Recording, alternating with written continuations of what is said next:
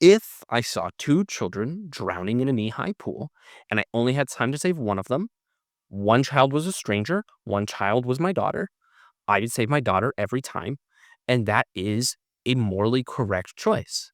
It's a tragedy that the other child died, undeniably, but I should choose to save my child over another child because I have that special duty. The trolley car problem makes it a little bit more complicated because we're talking about letting many children die, like 5 children, or letting my one child die. It's harder to engineer an organic situation where that would happen, but the question is somewhat clear in the two axes.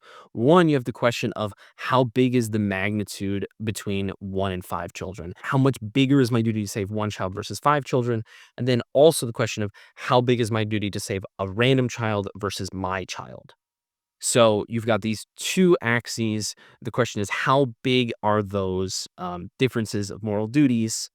And in reality, I think you can defensively say either way. I think there's really three answers. One, you could say my special duty to save my child is of infinite size, and so it doesn't matter how many children I'm letting die, I would choose to save my one child. There you're saying that your special duty to your child is infinitely more important than your duty to save a number of children. I think alternatively, you could say, well, I have a special duty to save my child. That special duty is not greater than my duty to save an additional child.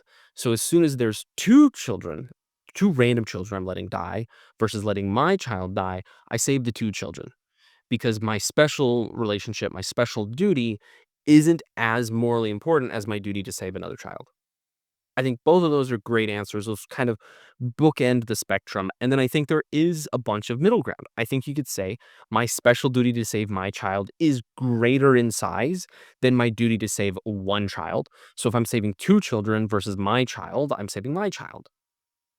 But what about letting random children die, four random children, five random children? What about 100 other children? I think you could say that there's a breaking point, that my duty, my special duty to save my child is of equivalent moral weight to saving 10 random children. And so once there's 11 other random children dying, I choose the 11 random children. I think that's also a plausibly true answer. I think it's harder to find that number to really say, oh, well, I wouldn't do it for 9, but I would do it for 10.